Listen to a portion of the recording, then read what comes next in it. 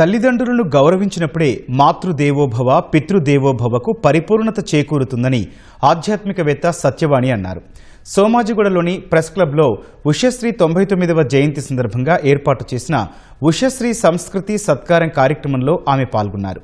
ఈ సందర్భంగా ద్విశతావధాని బులుసు అపర్ణకు ఉషశ్రీ సంస్కృతి సత్కారం అందజేశారు.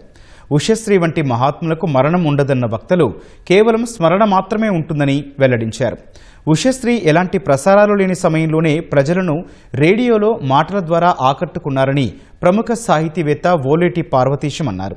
జీవితంలో మనం ఎక్కడి నుంచి వచ్చామో మర్చిపోకూడదని ద్విశతావధాని బులుసు అపర్ణ వివరించారు.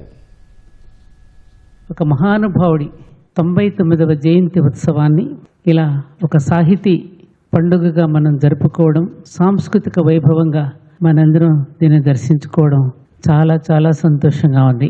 కారణజన్ములు వారి గురించి ఎంత చెప్పినా తక్కువే. అందుకే నేను ఎప్పుడు అంటూ ఉంటాను, ఈ లోకంలో మన అస్తిత్వం కేవలం తల్లిదండ్రుల వల్లే వస్తుంది.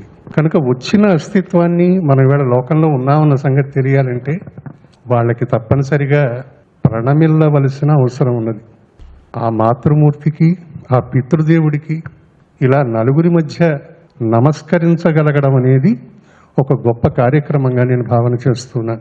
ఎక్కడ పట్టుకున్నా ఏదో ఒకటి ఉండేంతలాగా ఓ కాగితము, ఓ పుస్తకము, ఏదో ఒకటి ఉండేంతలాగా రాసేశారు. కుటీరం అంతా కూసాలు కదిలిపోతుందేమో, అందుకని ఇప్పుడు నేను వాటిని తవ్వి తీసే ప్రయత్నం నేను చేయటం లేదు అని చెప్పారు.